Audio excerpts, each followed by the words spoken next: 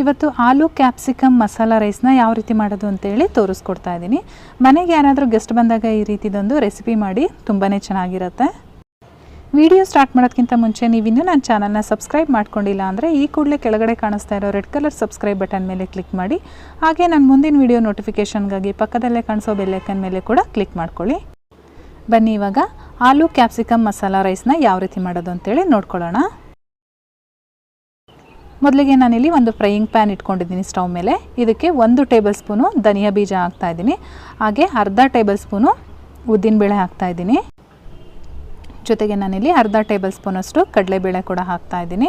ಹಾಗೆ ಒಂದು 2 ಇಂಚಷ್ಟು ಚಕ್ಕೆ ಕೂಡ ಹಾಕ್ತಾಯಿದ್ದೀನಿ. ಹಾಗೆ ಒಂದು 8 ರಿಂದ 10 ಕಾಳಷ್ಟು ಮೆಣಸಿನಕಾಳು ಕೂಡ ಹಾಕ್ತಾಯಿದ್ದೀನಿ, ಕಪ್ಪು ಮೆಣಸು. ಹಾಗೆ ಒಂದು ಸ್ಟಾರ್ ಹೂವು ಹಾಕ್ತಾಯಿದ್ದೀನಿ, ಅನಾನಸ್ ಹೂವು ಅಂತ ಹೇಳ್ತೀವಲ್ಲ ಅದು. ಹಾಗೆ ಒಂದು 3 ರಿಂದ 4 ಲವಂಗ ಹಾಕ್ತಾಯಿದ್ದೀನಿ. ಜೊತೆಗೆ 2 ಏಲಕ್ಕಿ ಕೂಡ ಹಾಕ್ತಾಯಿದ್ದೀನಿ.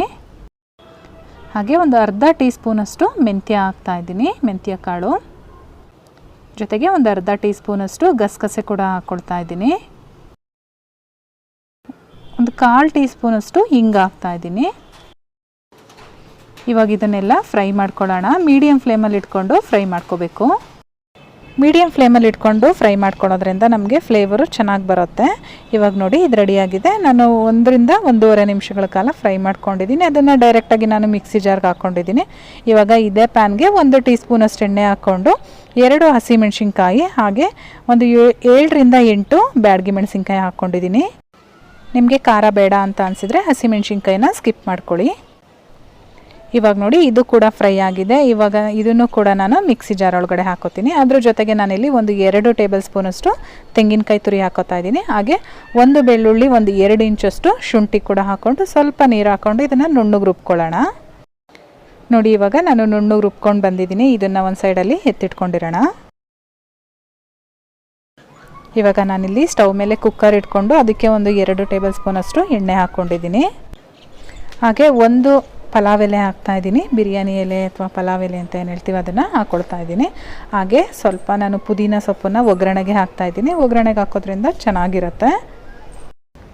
ಜೊತೆಗೆ ನಾನಿಲ್ಲಿ 1 ಟೇಬಲ್ ಸ್ಪೂನಷ್ಟು ಕಸೂರಿ ಮೇಥಿನ ಕೂಡ ಒಗ್ಗರಣೆಗೆ ಹಾಕ್ಕೊಳ್ತಾ ಇದ್ದೀನಿ.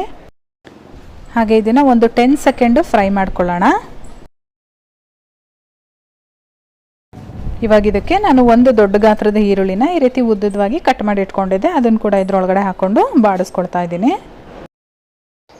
ಈರುಳ್ಳಿ ಸ್ವಲ್ಪ ಟ್ರಾನ್ಸ್ಪರೆಂಟ್ ಆಗೋವರೆಗೂ ನಾವು ಫ್ರೈ ಮಾಡಬೇಕಾಗುತ್ತೆ. ಇವಾಗ ನೋಡಿ ಈರುಳ್ಳಿ ಕೂಡ ಸ್ವಲ್ಪ ಟ್ರಾನ್ಸ್ಪರೆಂಟ್ ಆಗಿದೆ. ನಾನು ಇವಾಗ ಇಲ್ಲಿ 1 ಟೊಮೊಟೊನ ಈ ರೀತಿ ಚಿಕ್ಕದಾಗಿ ಕಟ್ ಮಾಡಿಕೊಂಡು ಹಾಕ್ಕೊಂಡಿದ್ದೀನಿ.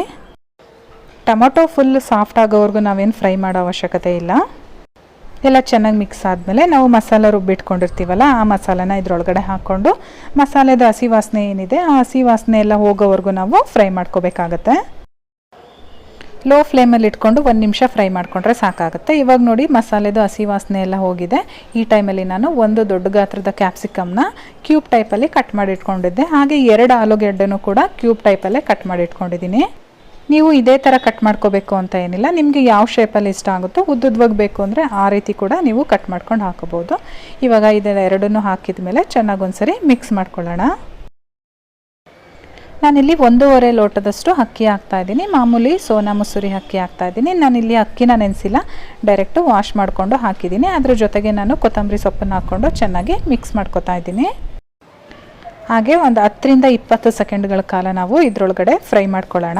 ಒಂದು 20 ಸೆಕೆಂಡ್ ಆದಮೇಲೆ ನಾನಿಲ್ಲಿ ನೀರು ಹಾಕ್ತಾಯಿದ್ದೀನಿ. ನಾನಿಲ್ಲಿ 2 ಕಪ್ಪು ನೀರು ಹಾಕಿದ್ದೀನಿ. ಟೋಟಲಾಗಿ 3 ಕಪ್ ಹಾಕ್ತಾಯಿದ್ದೀನಿ. ಜೊತೆಗೆ 1 ಕಪ್ಪನ್ನ ಮಿಕ್ಸಿ ಜಾರ್ ಒಳಗಡೆ ಮಸಾಲ ಇತ್ತಲ್ಲ ಅದರೊಳಗಡೆ ಹಾಕ್ಕೊಂಡು ಇನ್ನೊಂದು ಕಪ್ ಹಾಕಿದ್ದೀನಿ. ಟೋಟಲಾಗಿ 3 ಕಪ್ ಹಾಕಿದ್ದೀನಿ. 1.5 ಕಪ್ ಅಕ್ಕಿಗೆ 3 ಕಪ್ಪು ನೀರು ಹಾಕ್ಕೊಂಡಿದ್ದೀನಿ.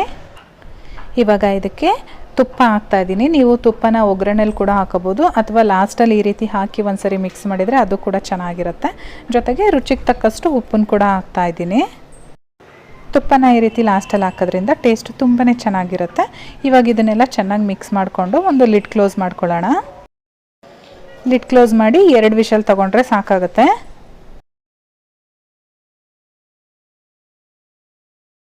2 ವಿಷಲ್ ಆಗಿ ಪ್ರೆಷರ್ ಎಲ್ಲ ಹೋದ್ಮೇಲೆ ನಾನಿಲ್ಲಿ ಕುಕ್ಕರ್ ಲಿಡ್ ಓಪನ್ ಮಾಡ್ತಾ ಇದ್ದೀನಿ. ಬನ್ನಿ ಹೇಗಾಗಿದೆ ಅಂತ ನೋಡೋಣ. ಸೊಪ್ಪು ತರಕಾರಿ ಎಲ್ಲ ಈ ರೀತಿ ಮೇಲ್ಗಡೆ ಬಂದಿರೋದನ್ನೆಲ್ಲ ಚೆನ್ನಾಗಿ ಮಿಕ್ಸ್ ಮಾಡ್ಕೊಂಡಿದ್ದೀನಿ. ಇವಾಗ ಇದನ್ನು ಮೊಸರು ಬಜ್ಜಿ ಜೊತೆ ಸರ್ವ್ ಮಾಡೋಣ. ತುಂಬಾ ಚೆನ್ನಾಗಿರುತ್ತೆ. ಟೇಸ್ಟ್ ವೈಸ್ ಅಂತೂ ಸಖತ್ತಾಗಿರುತ್ತೆ ಫ್ರೆಂಡ್ಸ್. ಖಂಡಿತವಾಗ್ಲೂ ನೀವು ಒಮ್ಮೆ ಮಾಡಲೇಬೇಕು, ತುಂಬ ಇಷ್ಟಪಡ್ತೀರಾ. ಈ ರೆಸಿಪಿ ನಿಮಗೆಲ್ಲ ಇಷ್ಟ ಆಗಿದರೆ ದಯವಿಟ್ಟು ಲೈಕ್ ಮಾಡಿ, ಶೇರ್ ಮಾಡಿ, ಹಾಗೆ ಸಬ್ಸ್ಕ್ರೈಬ್ ಮಾಡೋದಂತೂ ಮರಿಬೇಡಿ. ನಾನು ಮತ್ತೆ ನಿಮಗೆ ಇನ್ನೊಂದು ಈಸಿ ರೆಸಿಪಿಯೊಂದಿಗೆ ಸಿಗ್ತೀನಿ. ಅಲ್ಲಿವರೆಗೂ bye bye, take care, thank you for watching.